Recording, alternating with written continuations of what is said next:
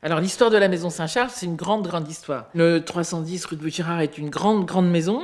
Donc, à vrai dire, il y a longtemps que la congrégation, enfin, quand je vous dis longtemps, ça fait bien 20 ans, hein, que la congrégation s'interrogeait sur quoi faire avec ce site magnifique, et puis si emblématique aussi, historiquement parlant. On s'est dit, il n'y a rien à faire, il faut que cette fois-ci, on trouve un vrai projet qui tienne la route, pour rendre pérenne ce site, puisque la volonté qui était la nôtre, c'était surtout de garder ce site. C'est-à-dire de ne pas être acculé à devoir vendre, partir et vendre et terminer, quoi. Bon.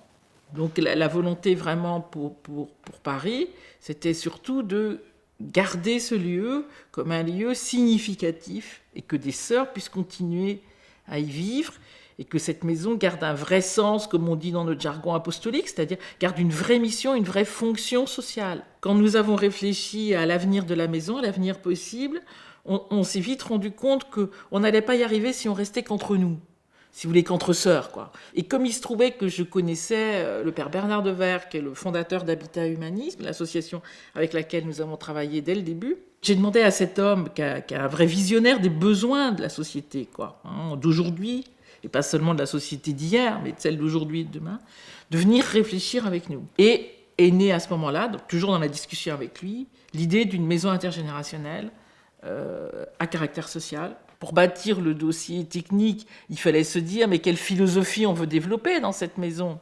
Comment on fait pour que les gens se rencontrent, en même temps soient en sécurité chacun chez soi, soient bien, voilà, où est-ce qu'on met la chapelle, enfin, toutes ces questions, il a bien fallu les agiter, mais aussi après, à un moment donné, les coucher sur le papier, pour que tout ça construise un projet cohérent et qui puisse être présentable après à des hommes et à des femmes de l'art, qui puissent concourir et dire oui, nous ça nous intéresse, ça nous apparaît possible. Vous n'êtes pas en train de nous demander une soucoupe volante, quoi.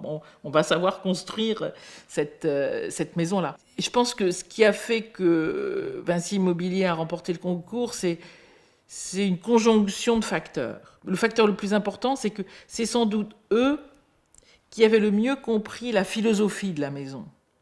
C'est-à-dire justement à la fois le fait qu'il fallait que chaque sous-population en quelque sorte ait de bonnes conditions de vie, les sœurs, les familles, mais qu'en même temps tout ce petit monde puisse se rencontrer assez naturellement.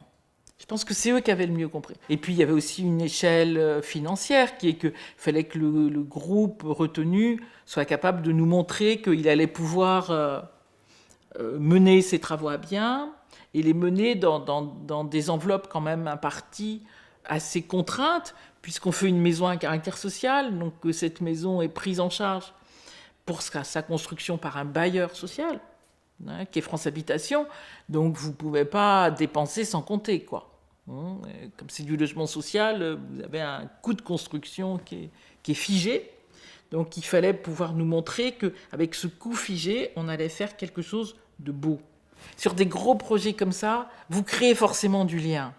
C'est-à-dire on ne peut pas être dans des relations qui seraient purement formelles. Et je trouve qu'avec les personnes de Vinci Immobilier qui sont là depuis le début, moi j'ai tissé un vrai lien de confiance. C'est-à-dire que quand ils me disaient quelque chose, que ce soit sur les engagements financiers, que ce soit sur l'architecture, que ce soit sur des modifications à apporter, je les croyais. Et je les crois.